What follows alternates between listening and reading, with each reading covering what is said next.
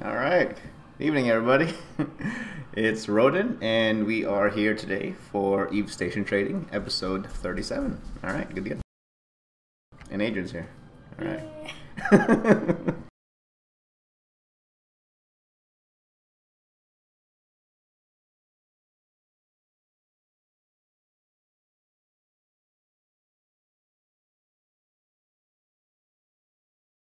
All right, as per usual, we're going over our picks from last week.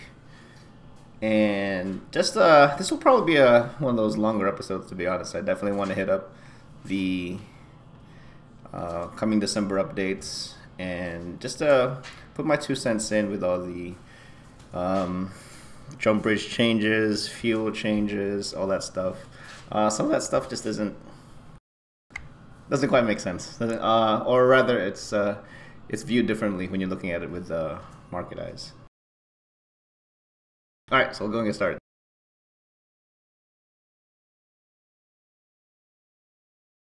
And that'll just be continuously photobombed. Sort of. Alright, so our first buys from calls for buys from last week was Geckos. Geckos was good, man.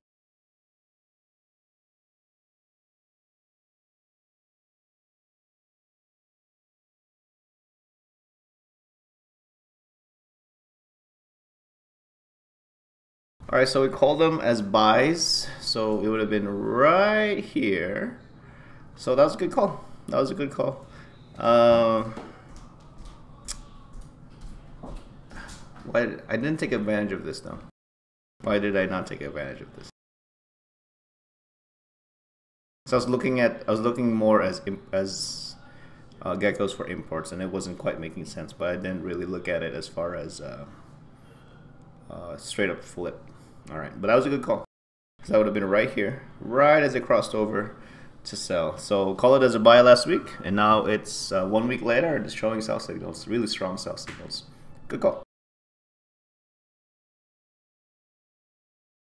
Next one's the large scale injector. If you are kind of new to the show, you'll notice that whenever we calls for large scale injectors, or even small ones, honestly, and Plex, they're tied together.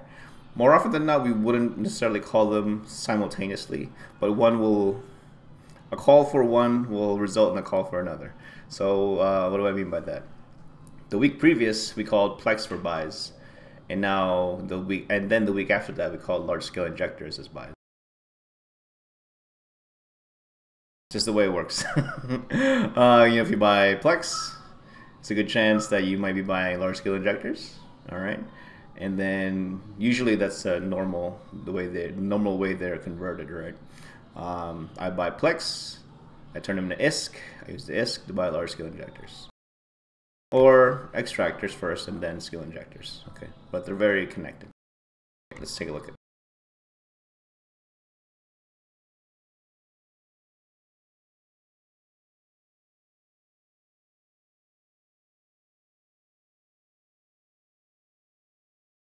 Alright, so large scale injectors, call it as a buy. It's still a buy. Well, it's starting to cross over. It's still a buy. Still a buy. I wouldn't call this a full-on sell right now, but it's moving sideways. It's been moving sideways like this for a good while now. It finally crossed over, so it may be the beginning of it hiking up. We'll see. What would make people want to buy large scale injectors at this point? So what skills would be really, really sought after right now? Is there anything? Not really. Not necessarily miners. The mining scene's been pretty well established with the rock calls already. There's not really going to be a big push for new miners, I don't think. Even with the refineries should be maturing now, as far as the moons. Some moons should have been mined already by now, to be honest. All right, I was kind of hoping more action on that side.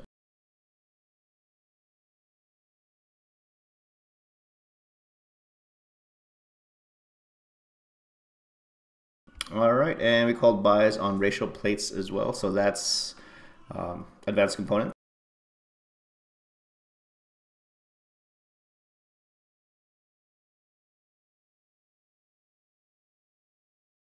So the plates specifically, not components like this, sorry.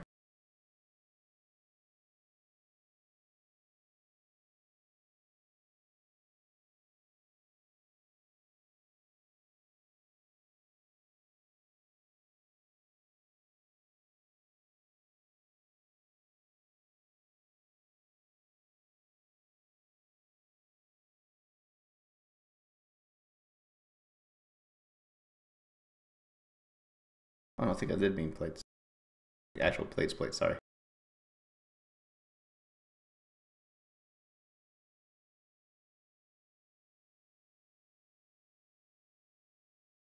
All right, called it as a buy. Yeah, made sense.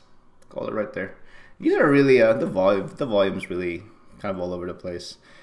Why is it all over the place though? I mean, dedicated Tech 2 builders basically build from scratch, or at least a good amount of those people who do build everything from scratch to extract the most amount of profit.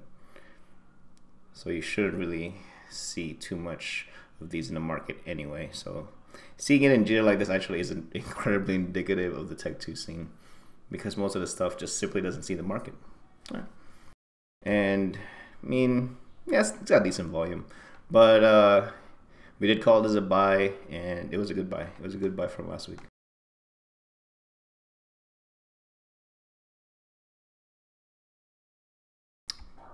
Definitely good for titanium diborite armor plate. I think, yeah, I mean, that's not bad. I mean, the increase in volume actually happened on a downward price movement, and then it hiked right back up.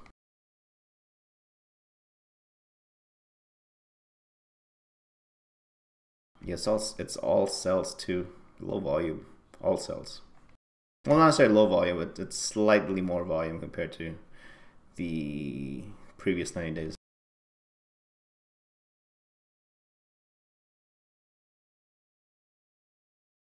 Crystalline carbonide didn't quite get up there.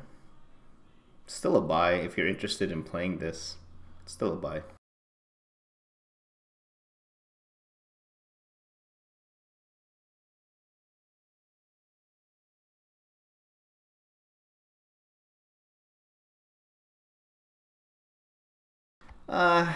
Slight bump, but it wasn't too crazy. I don't think it would have been really flippable, honestly. Probably not. That's a long play though for Fortnite. It's just slowly creeping up there.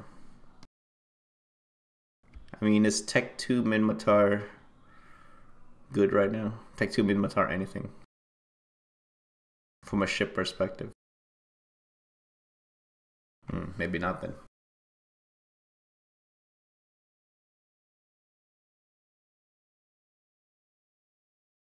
All right, Nomad. Hey, what's up, man? Says maybe people stocking up for the alpha change so that they can push past that 5 mil cap immediately. Now for the skill injectors, maybe. I mean, we'll have to see how that's a pretty reasonable assumption though, right? Dandro McCraps, hey man. Yo, saw the tweet and thought I'd drop fellow streamer to follow. Happy streaming and many blessings on your journey. Hey, thank you much. Appreciate it. All right, so that's our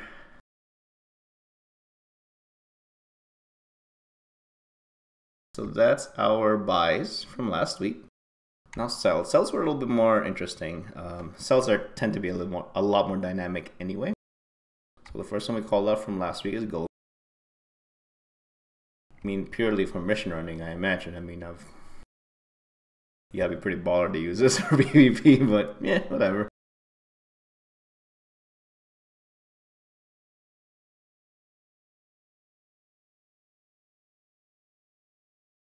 Okay, golems were cells from yep, it's still above average, So when we called this, it was right around here, right at the crest. Yeah, that was a good call. Because even now, I mean, just the fact that it's actually comfortably sitting at 1.5.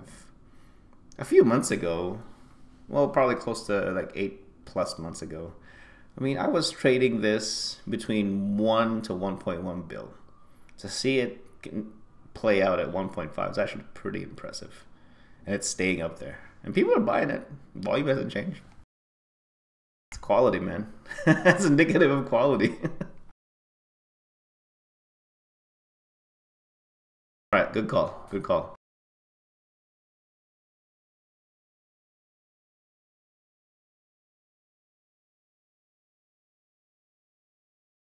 All right, next one is going to be called Dari Navy Large Shield Extender. I think that's the first time we call large shield extender. I tend to call the more higher volume Caldari Navy medium shield extender. It's kind of interesting to call something genuinely new.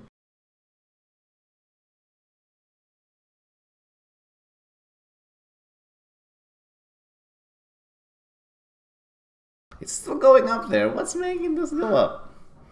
What's making this go up?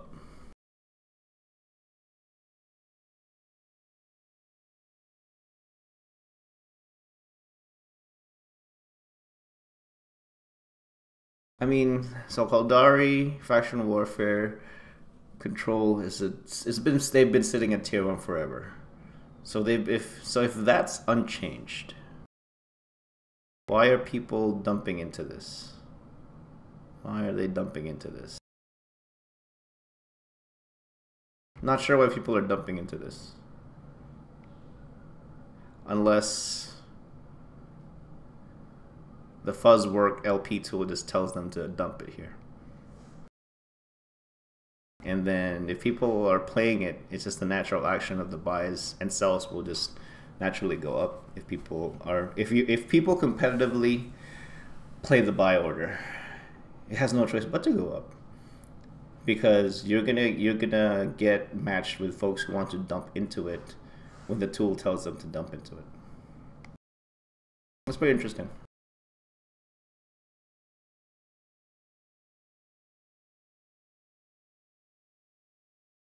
Yeah, I mean, I don't know. Like, I mean, this would be suitable for cruisers, I guess. But I don't know. Kind of strange. I think this is one of those people are being told to dump it here, and they're just doing it. Oh, hey, Nightfox, what's up, man?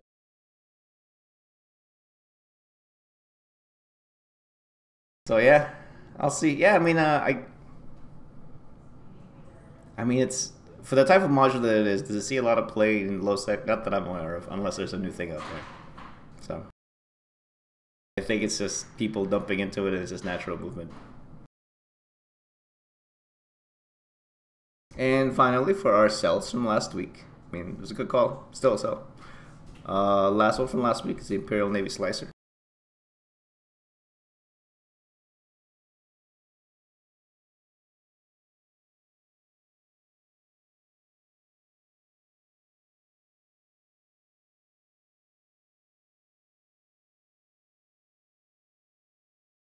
It's the last bit of its. Actually, well, it doesn't even matter really.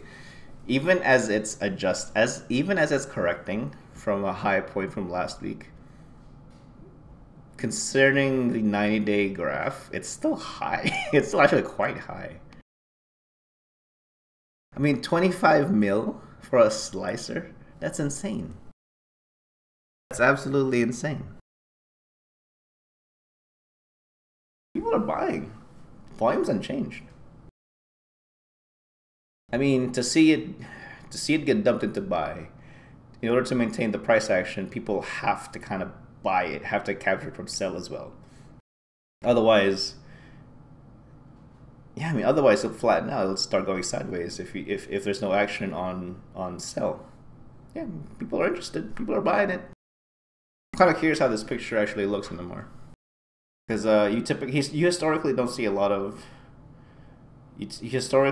a lot of Minmatar and Amar faction warfare items even make it to Jita. That tends to be quite local, especially Amar. So yeah, it's actually really interesting. Like, to be honest, I mean, if I were playing in the war zone, I mean, to get an Imperial Navy Slicer is incredibly restrictive at that price point. I mean, I'd rather get a Desi. I'd rather get a Desi. No way. Yeah, that's kind of strange. Like, I mean, as far as its history is concerned, if you look at what's available in the in-game graph, this is its historical high. So if you sold it from last week when we called it, you would have cashed out big time on Imperial Navy slicers in its history. That's pretty cool. Yeah, that's pretty cool. Hopefully somebody made out. I mean, so how could you have like what would have been the best scenario? The best scenario would have been someone in faction warfare or previously in a modern faction warfare just literally sitting in piles and piles of LP, and they cashed it all out. But at the same time, though, you can't cash out too much because then it'll start to put the price down. It's almost as if it was a really delicate balance to actually maintain that price point that high, as far as Jita is concerned. It's pretty impressive. All right, cool. So that was our calls from last week. All right, so one thing I want to go over real quick, guys. So this is the upcoming December updates. Jump fuel and jump fatigue cap change. Can't remember the last time there's been such a dividing topic in the forums. I imagine there's more interesting discussions actually happening in Reddit.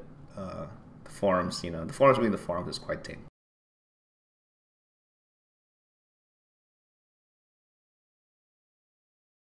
So there's a link. I just want to hit up a few things. Actually, I'm gonna do my best to actually address all the big line items in this blog.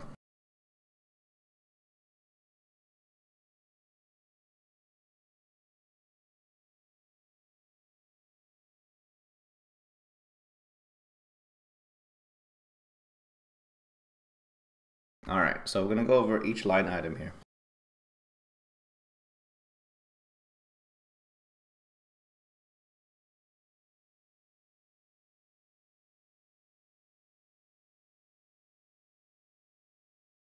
All right, so the first line item here.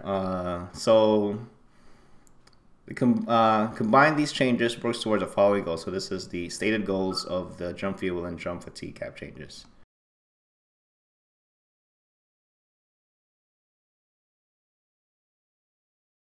So actually, I'm sorry, before we actually get started on this, what are the changes? All right, the changes to jump drives have been planned for December are 56% fuel use plus 56% fuel use by Black Ops battleships, plus 100% fuel use by other ship-based jump drives, reduction of the maximum jump fatigue cap by 20%, further reduction in isotope volume, so the actual fuel itself, isotope volume by 40%, plus 20% increase in jump freighter fuel bay volumes. Okay, so it all kind of makes sense. So they're doing these changes to accomplish these goals as stated by CCP Plaza in this post. Increase the economic friction associated with capital ship deployments and jump freighter hauling. I'm not sure I agree with this. Why do I not agree with this? Increase the economic friction associated with capital ship deployments and jump freighter hauling. I mean, I'd hate to be that guy to point this out, but if you're in the realm of capital ship play, there is no economic friction as far as your day-to-day use of your capital. There isn't. If you're a capital ship guy, and if fuel is a problem for you as a capital ship pilot, whether it be a combat capital or a jump freighter, then you probably aren't really, like you're not economically ready to actually have that ship. That's like owning a car and not being able to pay for the gas. Yeah, so unless it's a small enough scale, like really specialized capital pilots like in LOSEC or something like that, but that's not really the norm though. Like normal organized coalition level capital ship play and jump freighter material logistics chains, don't really care about that. Like, I like personally, me as a buyback guy in Provi, it doesn't matter to me how much the fuel cost is, because I'm just gonna I have to pass on that cost to my customers. It's irrelevant to me. All right, so there's that. I'm sure people are gonna disagree on. Sure, some people are gonna disagree on that, but I think that's just the reality. I think that a lot of people don't want to admit that. Capital ship play is the no poor zone. Sorry, it's a no poor zone. Not everyone deserves a capital. It's fine. All right, next one, stimulate the ICE product markets, which would otherwise suffer from lower star-based usage. I mean, I see what they're saying. So basically, with the POSs being gone, now there isn't a demand. There's going to be a lessened demand for ICE products. Yeah, of course. So instead of adjusting the need for say, hey, let's increase the fuel block consumption rate of structures. Instead of doing that, they hit the capital ships. They hit the jump fuels and jump drive capable ships. Kind of a poor decision, I think. I think they probably could have been more able to balance out the markets, the ICE markets specifically, by adjusting it, by using the structures as the main focus point of the change, as opposed to the ships. That's just me. Improve the balance of ICE product consumption, increase isotope and liquid ozone consumption relative to heavy water consumption. Sure, makes sense. I mean, they forced it that way, so it's not much we can do with that one. Next one's easier trade of high value reacted intermediate materials for Tech 2 production, with the goal of null-sec regions being largely self-sufficient by volume, but encouraging trade of lower volume goods. I don't know how I feel about this one. So by lowering the volume of intermediate Tech 2 materials needed for Tech 2 production, that's supposed to encourage self-sufficiency? Not really, because you're still gonna have to go to JITA. Unless there's a region out there, or two regions that are connected. Actually, it doesn't even matter. Like, unless there's a region out there that could literally build all Tech 2 items, that statement doesn't make sense. It's almost as if they want it. That's the goal that they want to happen. But they're pushing the wrong levers. It's so much easier to move between regions now. Yeah, I mean, I guess. It all depends, right? It all depends what you need moved. I just don't think that making things take up less space is gonna introduce regional self-sufficiency. I just don't see it. Because I don't think there's a single region out there that can build everything. I don't think so. I mean, I'm sure there's regions that are building everything, but that's a lot of import. There's a lot of importing happening. You know what I mean? There's a lot of intra-regional trade happening, between the residents of one region to the other. So, yeah, I think they're pushing wrong levers on that one.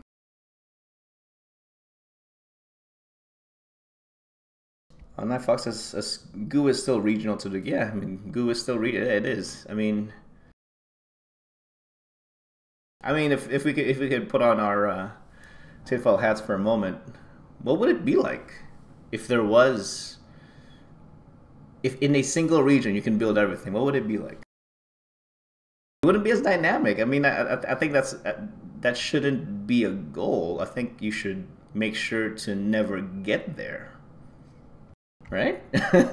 Because because that's a natural conflict driver. But most people don't actually use that as the source of conflict. It's always something else, because it's still manageable to import export. I think until import export becomes unmanageable, then we can expect an Eve universe where people are actually going to feel compelled to take over space for the purpose of gathering resources. Because that's right now, I don't think that's happening. I don't think that's happening. Nomad says there'd be no reason to fight your neighbors. That's boring. Yep, absolutely, man. That shouldn't be a goal. I just don't think self-sufficiency should be a goal. If anything, like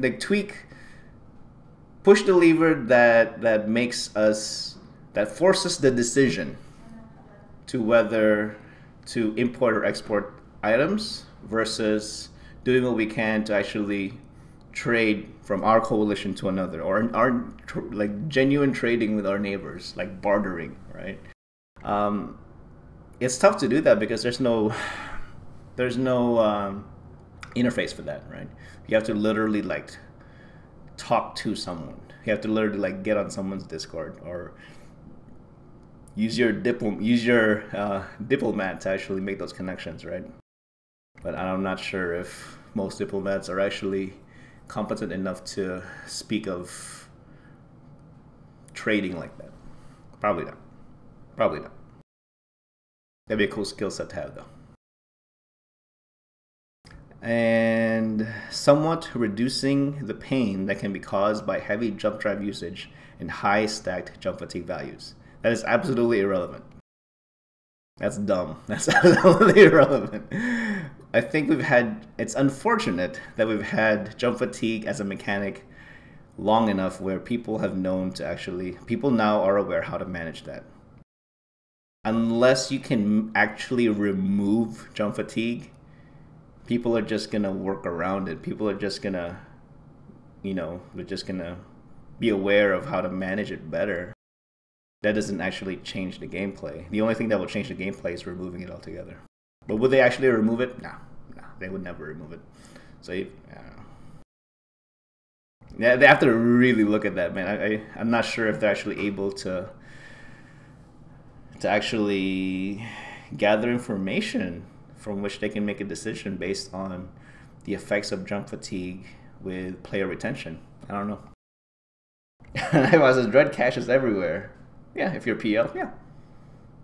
As proper organizations should have it, because that makes sense. It makes sense to have dread caches, because you never know when you're going to need them. I mean, just this expectation of, like, oh, I'm in a capital, and I should be able to basically do whatever the heck I want. Like, no, man, there's still choices that needs to be made. And if you're a capital pilot and fuel is a challenging choice for you, you don't need to be in that capital. You're obviously too poor to be in that capital. Sorry. I'm sure I'm hurting a lot of people's feelings with that. Nomad says, by the time you're skilled up enough to have to worry about jump fatigue, player retention isn't really a problem anymore. You've already been here too long. You're not leaving. That's a good point. That really is a good point. I mean, it's a good point, but is it enough? I guess that's a better way to look at it. Yeah, I mean, hashtag no poors, dude. I'll call it, man, dude. And I totally called it. I'm calling it here. So I'm sorry, guys, but capital ship play in Eve is the no poor zone. It has to be the no poor zone. It has to be. Sorry. Yeah, I mean, but is it enough though to where? I mean, actually, no, but it's almost, that sentiment actually kind of doesn't make sense in this day and age of skill injectors, because a player with enough hard cash, real cash, can skill inject himself to capitalist ship level, to a capitalist ship pilot.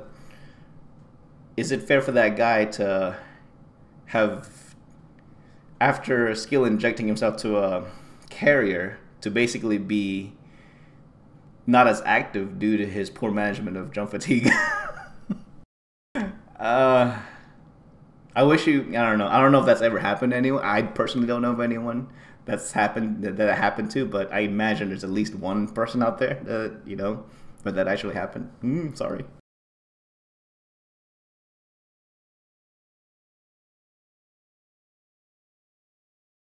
All right, I think I added some more notes here for myself.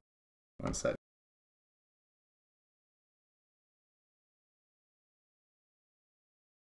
Yep, no, I think I basically covered it. I even have in my notes here. TLDR, no poors when it comes to capital ship play.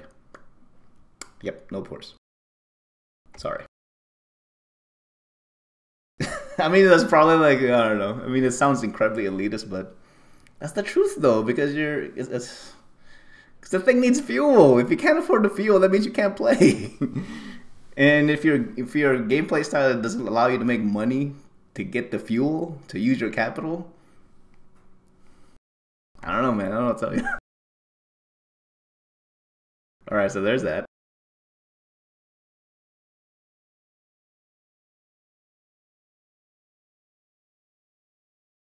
Alright, next item I'm going to go over, guys. Carrying on, continuing with our imports and export section. My people just need to buy my damn Tataras. Dude, there's so many Tataras in Provi. So many. There's so many Tataras in Provi. It's sick. It's so sick. People probably don't even know how to use that thing. I'm sure they know how to use it. Everyone's basically trying to like figure it out, right? But I personally have never gone through the interface. I don't own one. I just buy stuff. So we're gonna go over imports and exports. We're gonna go over imports first. So things that I'm buying. So let me set the scene for the imports. So for these ones that I'm currently working on still, it's Amar buy to Providence sell. All right. So that's the setup.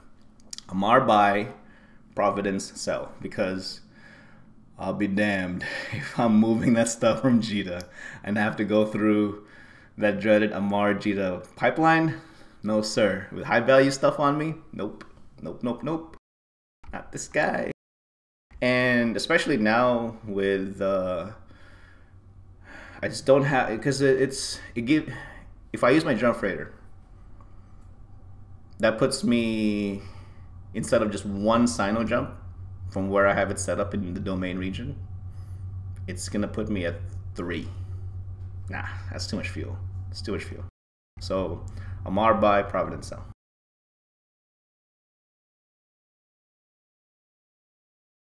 Nightfox, they're so hard to sell in the market. As completed structures, yeah. One way that I actually I think I covered this a few episodes ago, was actually selling the components vice the structure. I think you would have seen way more action on components, like the structure components versus the structure itself. All right, so the first one I'm going to go over, guys, is a sinusoidal field generator, Tech 1, straight up Tech 1.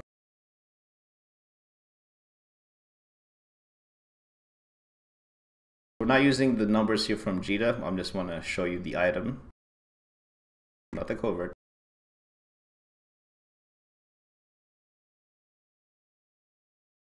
But just in case you do want to sell this, you want to capture it from Jita buy. That's totally cool. So right now, from the buy orders that I have set up and what the prices look like in Providence, I'm looking at potentially a 71% margin. Whoa, it's actually way cheaper than Mar. Way cheaper than Mar. Don't get this. Whoa.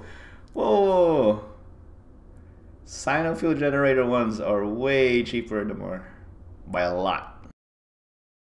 Like a lot. So you could probably actually make that exchange between the Mar and Jita, actually. That's interesting. So yeah, so I'm selling it. I'm looking at a potentially 71% profit margin by buying sinusoidal field generator ones and selling it in Providence. The only thing that I've noticed when selling stuff in Providence is be aware of where neutrals typically can and cannot dock. Because if you place something like a sinusoidal field generator or things for scanning, like things for ratting, you may find yourself not able to sell it if your target audience actually are the neutrals, or you're trying to include the neutrals as part of your target audience. So where's the best place to sell that? It's gonna have to be actual outposts, because most of the time neutrals, non-KOS neutrals, actually cannot dock in the citadels. Okay.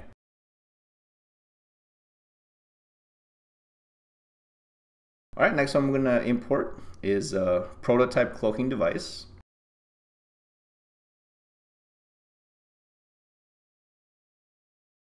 So this is the Tech 1 variant again.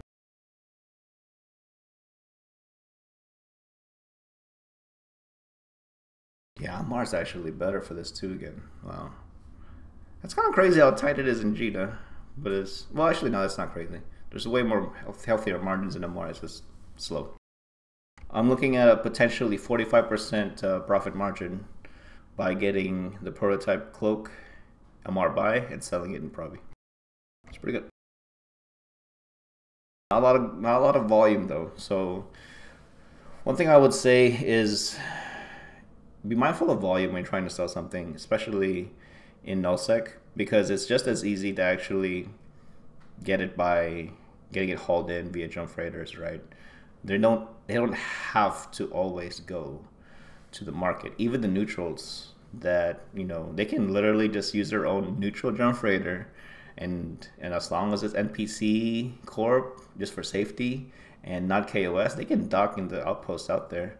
So they themselves can actually just haul them their gear in. They don't have to buy it locally. Just be careful of that. So typically what's common practice is actually to go quarter of the daily volume. If you really want to like be aggressive, you know, a quarter of the daily volume. I would be way more conservative than that, to be honest. I'd try, I don't know, closer to probably closer to 20%, to be honest, just to kind of test it out, just test it out, see what volume is good for you.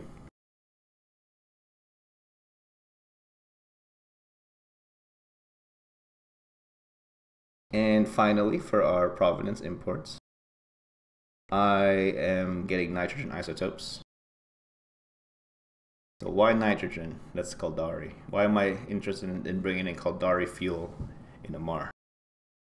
It's because of the RIA. That's really all it's for, is for the RIA.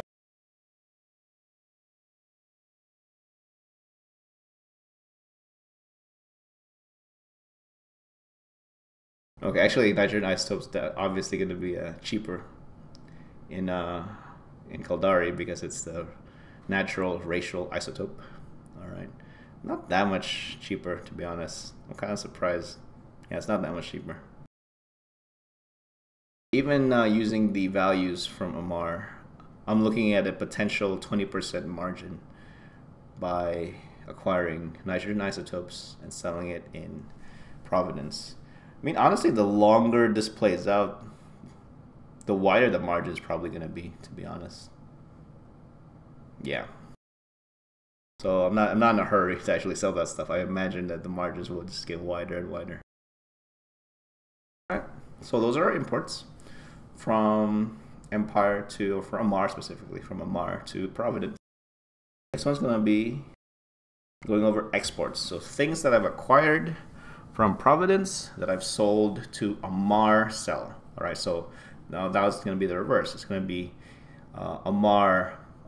Providence buy or through contracts. So Providence buy or contracts, and then dumping it into Amar sell. Okay, so the first one is actually it's a contract. I worked out a contract for consumer electronics, coolant, and robotics. That's PI items that leads into building fuel. And I actually sold it. I'm still actively selling it in a Marcel, and I'm looking at slightly above 10% margin on that. I think it's more like 12% or so, no more than 12%. So that's not bad considering the volume. I'm pretty happy with it. I'm really happy with it. It was close to, I think I bought it for 800 mil, and totals like, I think a bit over 900 before taxes selling it. I'm pretty happy with that. Pretty happy with that.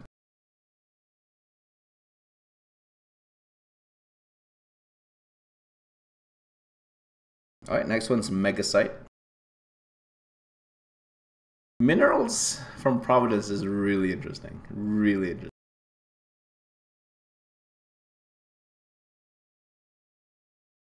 So the minerals that I've gathered, definitely straight up buy orders. Providence buy orders.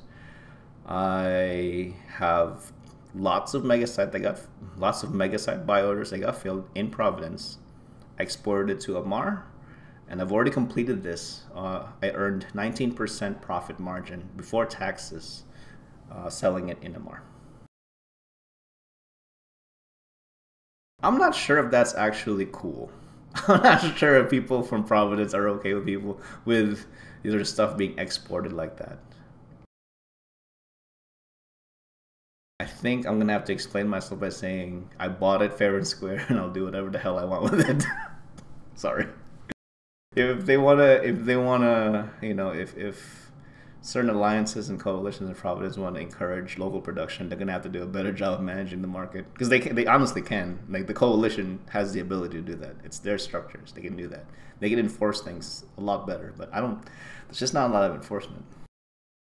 For what it, you know, for what's worth, there's just not a lot of enforcement in Providence.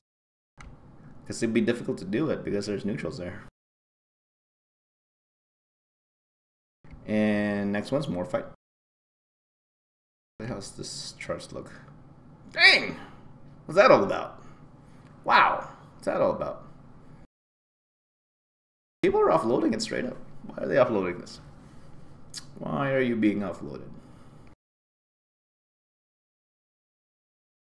The moon ores are too new to have an effect like this. People are dumping it. Okay. Next one's Morphite. Morphite's critical for Tech 2 production, so same setup. Providence buy, the Marcel, and I sold it for 12% margin. That's being dumped too. It's being dumped in volume. People are cashing out. They need cash. People need cash. Cash for what? Cash to hold them off through the no refinery period, probably. But now that the refineries are here and moon extractions have been happening, they've been happening in Providence, I can tell you that right now. I personally wasn't there for it, but I'm pretty sure it's happening. But now that that's happening, is this going to start flattening out and then going back up again? Maybe. Not just more fight, but everything else. While we're here, let's take a quick peek. Just curious. Yep, going down. Heard Megas is going down. It's finally hit resistance. Hit more. Oxygen's going down. Yeah, they had to sell it off. I'm assuming entities are selling this off in volume in order to hold off a period of no profit from the moon goo. Pyrites definitely hit. Ooh, that was a great call. We called this like 2 weeks ago. That's great. That's great. Titanium sideways, slowly backing up again. Sidrine, same thing, sideways. Yeah. Okay. Now that the moon extractions are happening, it wouldn't be surprising to actually start seeing this go back up.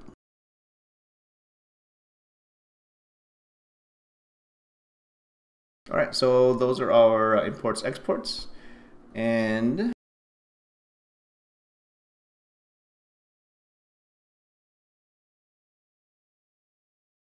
now we're going to go over our picks of the week.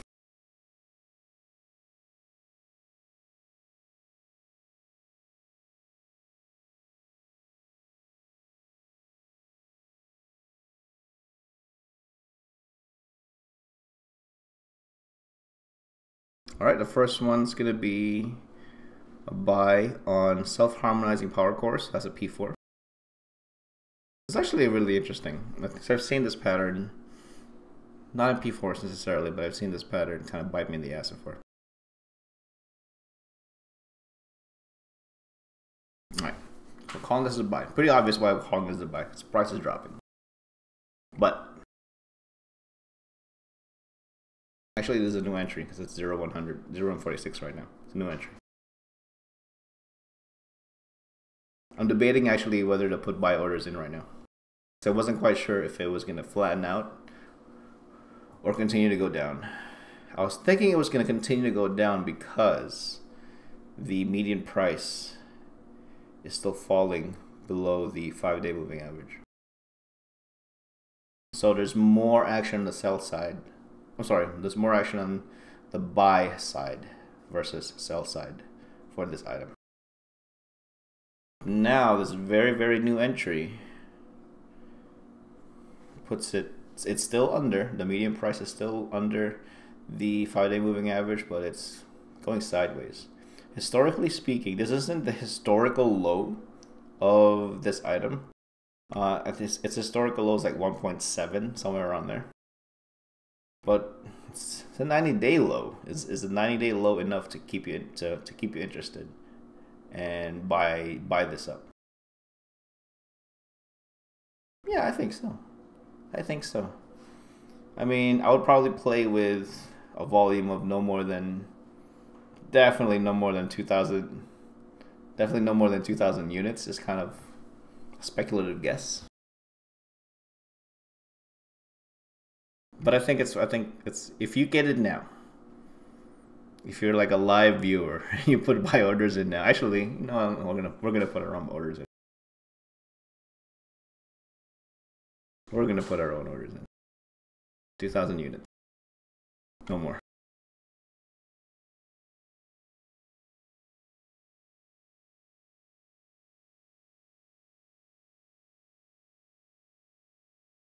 Oop, that's way too much. How much money we got? And only 600.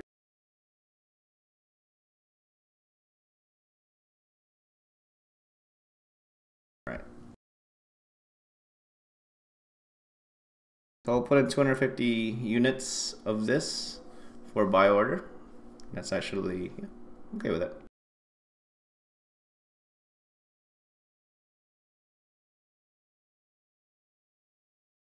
Most of my money's in Robro right now, in a Mars side. Hey, thanks. How's Sith Exile Reactions doing? Because turns out I got 15 of them in Jita and they're saying it's around 105 mil. Oh my god. Let's take a look.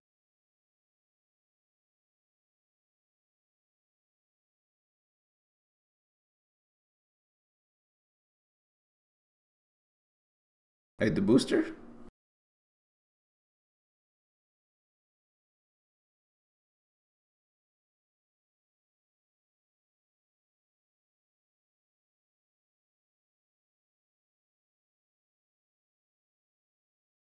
The reaction. Go reaction.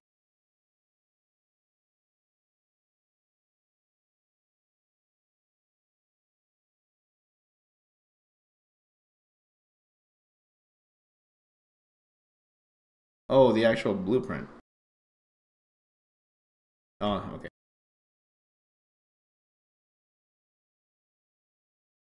Pure Synth Exile booster. Lowest sell 99,000. And highest buy 36,000. React. Oh, the BPC itself.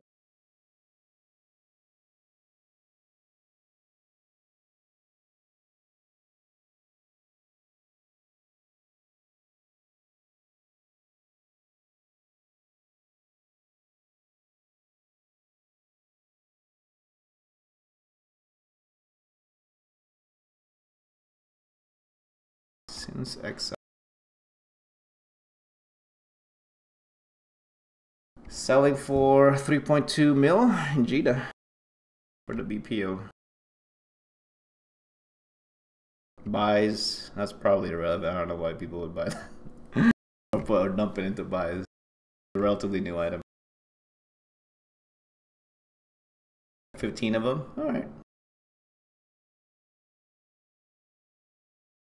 I mean, these things don't deplete, so... Yeah, I mean, it's... Short of losing the structure. Would you lose it?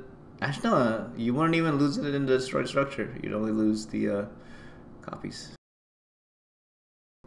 Pretty sure that's how that works, right? I may be wrong, but... It's a bit less than estimated price. Yeah, 105 mil, that's kind of crazy. I think I'll just end up giving them away. Ooh, well, yeah, if you're not going to use them, yeah. Might as well give them to somebody, I guess.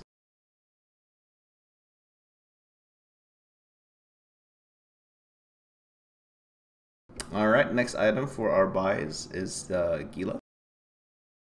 Great, I feel good about calling Gilas again. Or ships in general. They were such consistent money makers for us, man.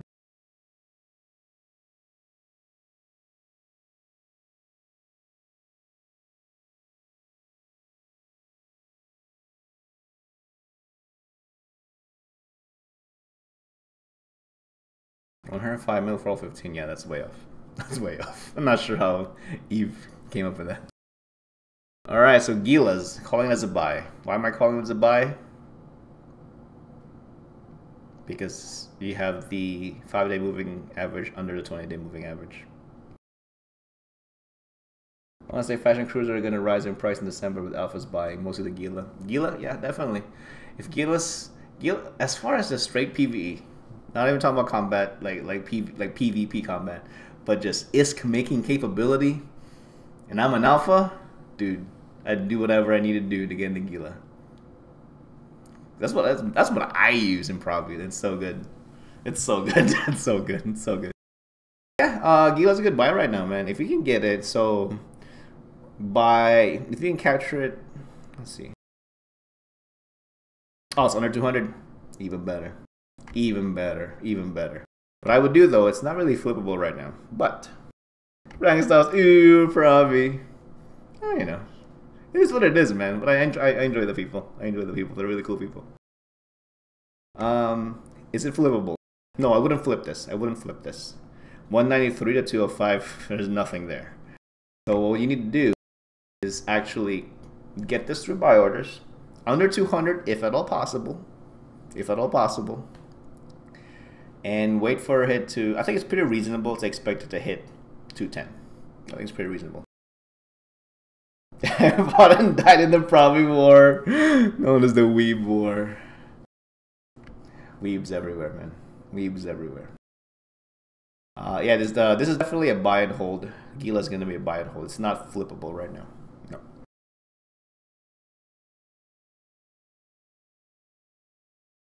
All right, next item. Carriels. Carriel's so good, man. It's weird that we're actually. I don't think it was even 3 weeks ago that we called Macariel, so we're calling it again. Becoming more cyclical. It's nice.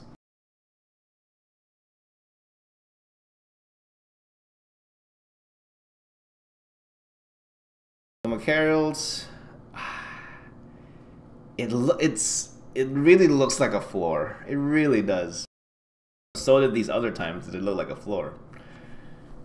So I mean, Macarios is going to be a ship that alphas technically can fly. They can't fit it efficiently, but they can fly it, much like the Gilas in December.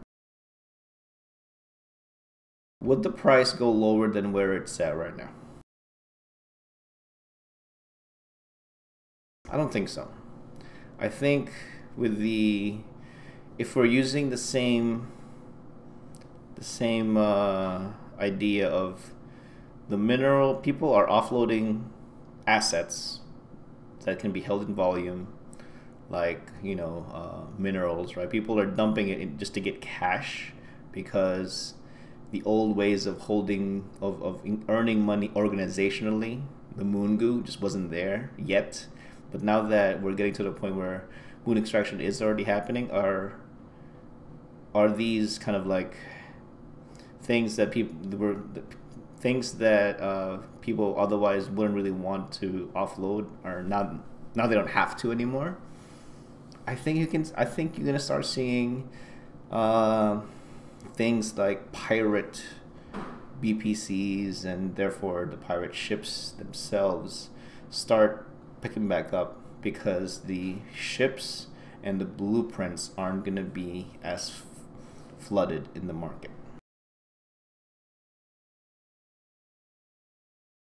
I think that's a pretty fair assumption. So I'm gonna say that this is probably is the Macariel gonna get lower than this? There's a really good chance that it's not. I think there's a really good chance that it's not, especially if we're using that timing of the refineries. So yeah, totally buy it. So if you bought it now, let's see if it's flippable. A succubus.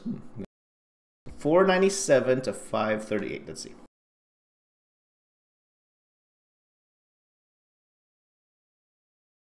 Ah, 7.5% before taxes. That's actually really flippable. That's really flippable. Assuming you're doing this in a near 0% Fortizar, yeah, that's totally doable. Totally doable.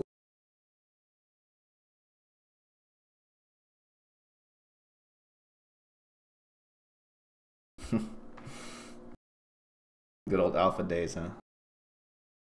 All right, so that's the picture for the Macaro. I think I'm calling it as an actual bottom for this one, especially with December just around the corner. Yeah.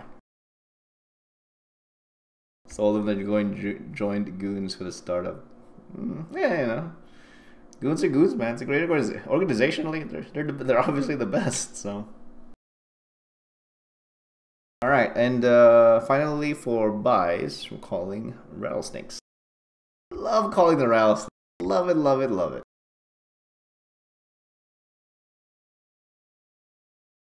Yeah, it's moving sideways on the low end too. Yeah, it's a good. It's maybe let's see if we get it. Say, well, how much do they cost now?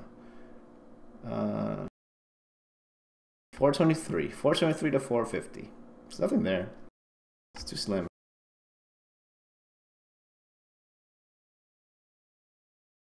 %6 before taxes. That may be enough for you, to be honest. I mean, if you get it at 420, assuming right around here. I mean, can you see it again like 460, 470? Yeah, it's possible. You may hold on to it for a while, but yeah, I think that there's enough meat on the bone if you were to do a straight up, flip on the rattlesnake. Alright. Like, I wouldn't put too much money in this unless you can babysit the order. So if you miss it, you have to wait for it to cycle up again. I don't know about that. Nope. I got called that so many times in the past, man. It's not fun. It's really not fun. Really not fun. Alright, now let's go over our cells. Our cells are actually, they're interesting, and at the same time, they're expected. Super expected, especially after we just talked about job fields. Yeah. I'm going to get started here. I'll start with isotopes. We're going to look at all the racial isotopes, but some of them look better than others, okay? So this is the fuel, the racial fuel used for all capital ships.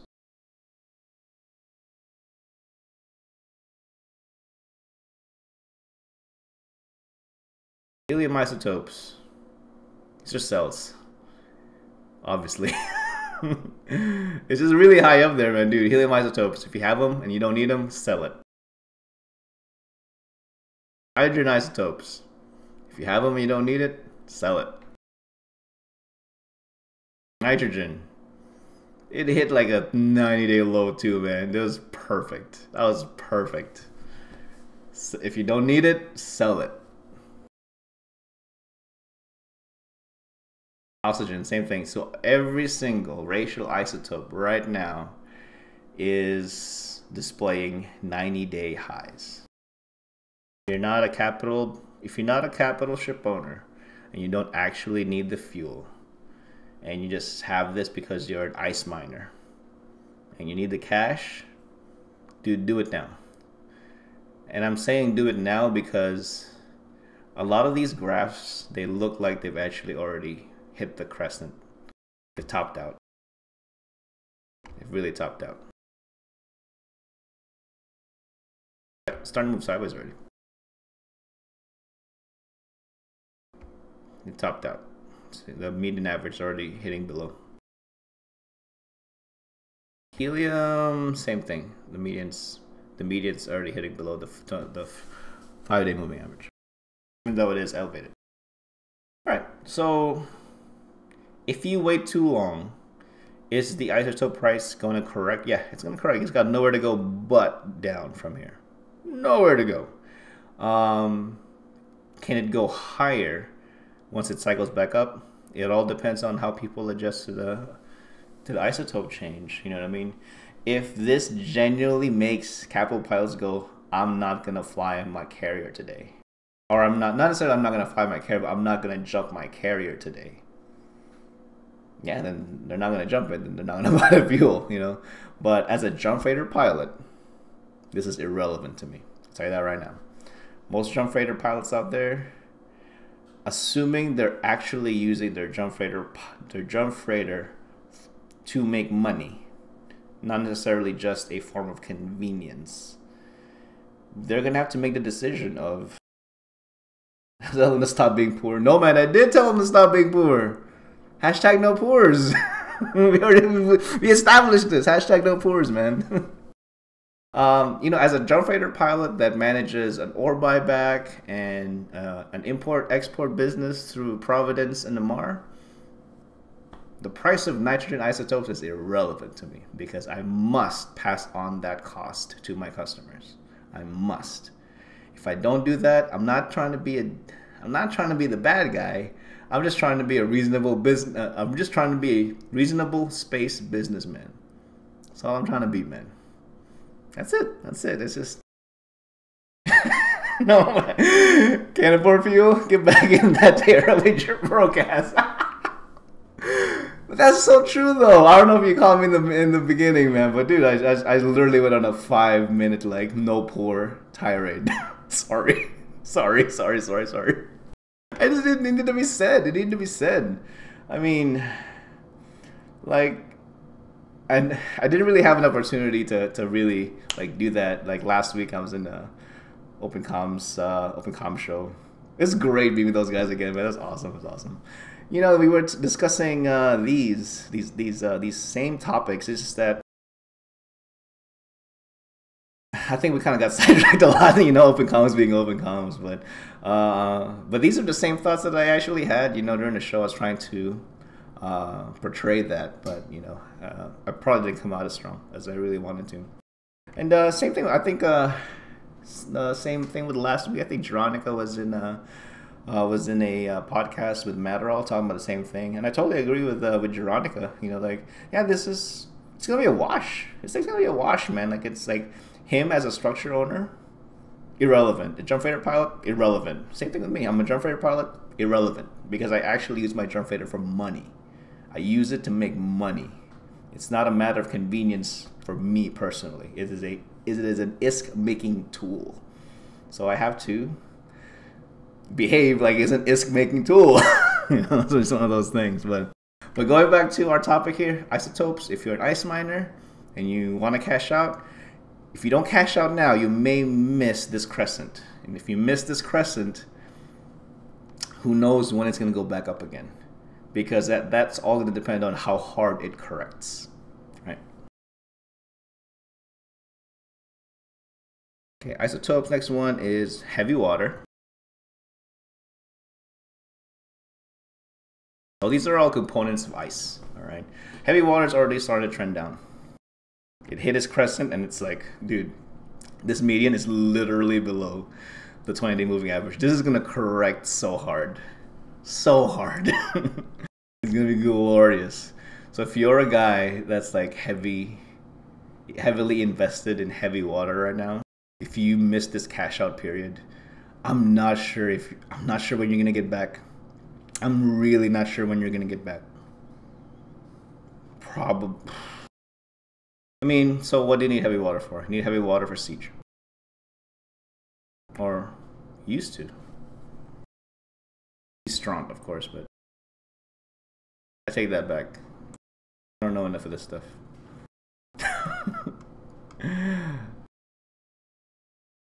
I use strong for siege. That's silly. I'm sorry, I was thinking about strong.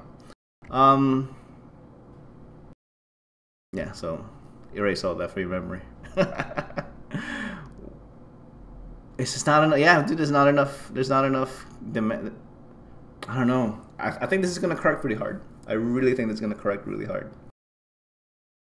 And if you bought into this with the intent of, and if you miss this cash out, yeah, dude, if you miss this cash out period, I think you're screwed. I really think you're screwed. All right. But it is a sell. If you have it, sell it. Like right now. Like right now. fuel blocks. I don't think all fuel blocks really went crazy. I don't think so.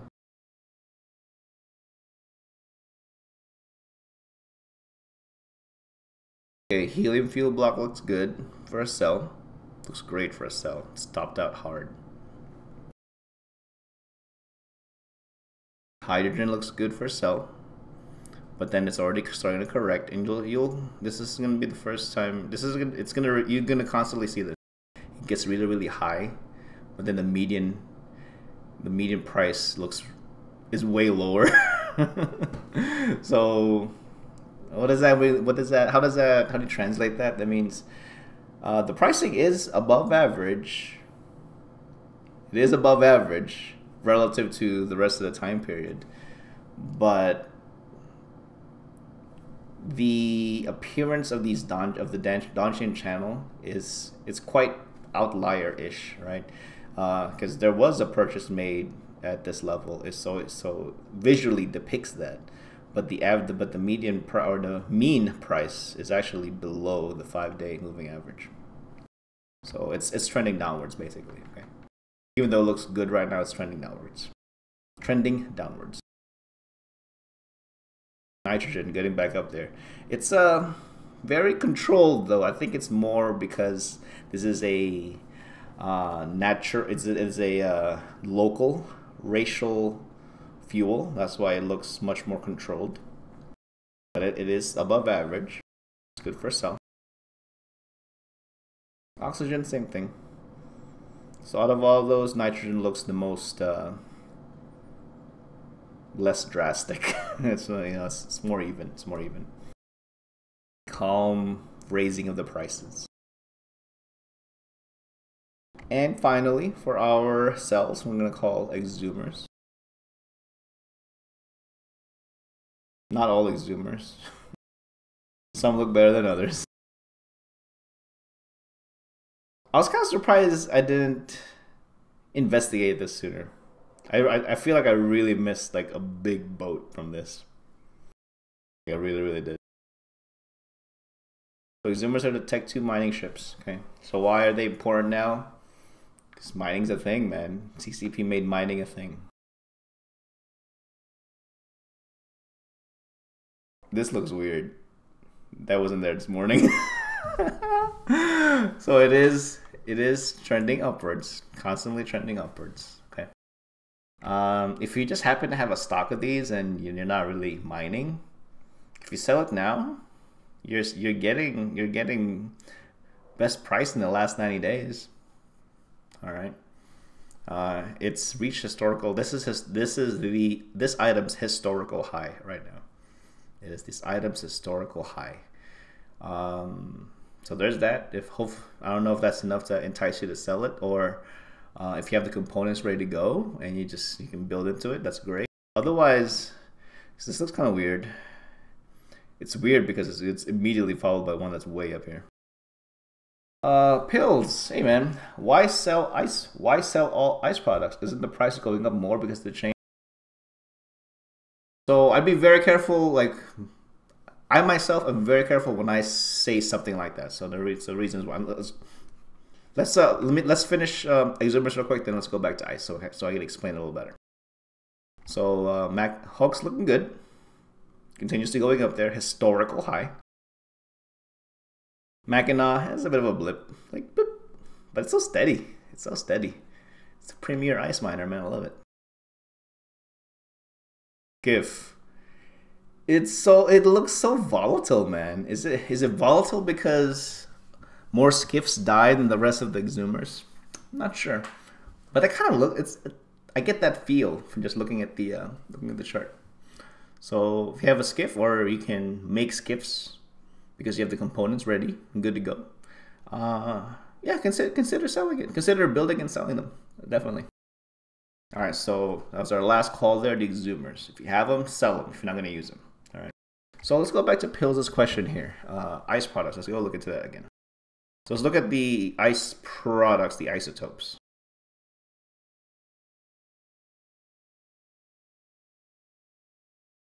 We'll use helium as an example. Yeah, helium's a good example. So Pilso's question was, why sell all ice products? Isn't the price going up more because of the change?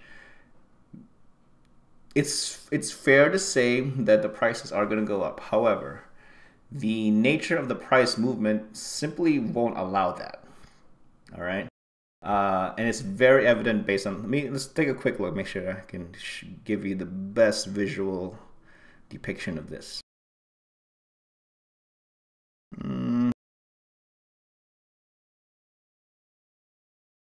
I think nitrogen's a better picture. Let's go with nitrogen. Yes, better picture. All right, so this is what it looks like right now. So it is almost at the 90-day high. Okay, based on the news that we talked about earlier today, it's fair to assume that the price of isotopes are going to go up. There's going to be more demand for them. Yeah, I agree. I agree that the price will go up. However, when you think about price, you have to think about time. So as time goes by, will the price of isotopes go up due to demand? Yes. Are there going to be, is it going to be just a straight diagonal line going up? No. No. Even things that consistently are going up throughout their history, there's going to be points in there where the price is actually correct. Simply because, hey, there's too much stuff. There's more action on buy orders now versus sell orders because there's too much stuff. All right. So this is what's happening here. So we're just going to focus on the last 4 entries of this. Actually, let's close this down. Let's close this down to the last. Yeah, that's good. That's good. So it's going up, it's going up, it's going up. We've established that this is near the 90-day high. So this is the mean price, these orange dots, mean price. Okay. The mean price has been consistently going down, even though the moving average seems to be trending upwards. That should tell you that it's hit this point where no one's getting this item through sell orders anymore, because they can just as easily make buy orders and people will dump into it. That's what that picture tells you. Okay, so that picture, that image of people dumping into buy orders is depicted by these orange dots. And that's going to continue, in assuming that's right, that's going to continue on that pattern until it gets to the point where, oh my God, there's way too many people dumping into this. It's so cheap right now. Now people are just capturing it from sell because it's so cheap.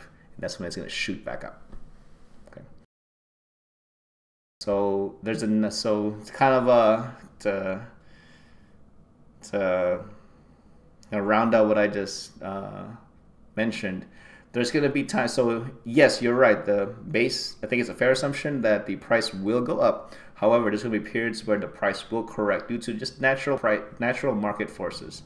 And that's why I'm saying sell it now, because it looks like it's going down. Like now would be the best time to sell it based on its history. Otherwise, because if you're not careful and you just blindly just hold on to stuff or keep buying with the assumption it's going to go up, you may be buying too high, or you may be selling into a period where it's the price is depressed, and but you actually want to accomplish that the other way around, right?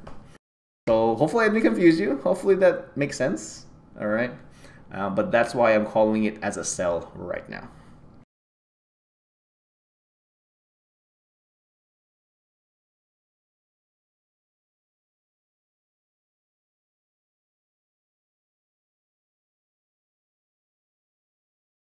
All right, so I think that's where we're gonna end off here. Just a quick thing, for show purposes. Oh, Pills, I'm thinking about holding on to mine, but not sure. I mean, if you're a capital pilot, it may be a good idea to hold. If you're just acquiring them, but you don't actually use them as a consumer, can they go up? Yeah, they'll go up. I mean, I guess it all depends on what you want to get out of it, what you want to get out of the trade. You know, are you trying to capture them because I'm going to use them, or I'm trying to capture them because I want to resell them? Right. But just a quick thing. I know we're coming up on the Christmas holidays and whatnot. We're going to continue to do these shows as long as, you know, short of the actual holidays landing on a Tuesday when we do these. If that is the case, of course, then we'll just not have a show for the week. But I definitely want to continue. Hopefully my talks about nullsec is helpful, and hopefully that entices people to kind of check out the market scene in Pravi. It's actually really good. You just have to know where to look or how to perceive the information. I think that's the biggest thing that draws a lot of people away from it. It's like it seems too daunting, or it seems like there's no action, but there really is. You just have to kind of look at it with different eyes. With that being said, I definitely want to get into more talks about kind of the types of entities that I've come across in the markets in Pravi. Some of them are just really, really interesting, man. And just general nullsec stuff. I'm really excited about actually being able to talk about that in the first place. All right, well, that's really all I have, guys. Thanks very much for giving me the opportunity to rant about hashtag #NoPours and the ability to kind of go over some of these changes with you guys and kind of give you the day-to-day market person view of the changes. If you have an opportunity to go through the forums and just look at that thread, there's some really toxic stuff in there, man. I'm just like, guys, it's not that bad, man. It's just not that bad. Hey, no problem, Skip it. No problem, man. But hopefully it'll even out in the end, and I'm sure everyone's gonna be fine. Everyone will still incur jump fatigue like normal people. It's gonna be fine. No one's gonna take away your ratting carrier, because you don't need to jump if you're in a ratting carrier, unless you're just trying to get away from, like, you know, from the bad guys, right? All right, but that's really all I got, guys. I will get this show to YouTube by tomorrow for sure. I'm definitely giving it a one listen through before I do that, just to make sure that it sounds okay. You know, just quality assurance. All right, but hey, thank you very much, guys, and I'll see you next week. And if I don't, have a safe and good holiday period, man. We're in that time of year, so, you know, spend time with your family. It's okay to get away from you every now and again. Spend time with your family, guys. All right. Hey, thanks. See you then.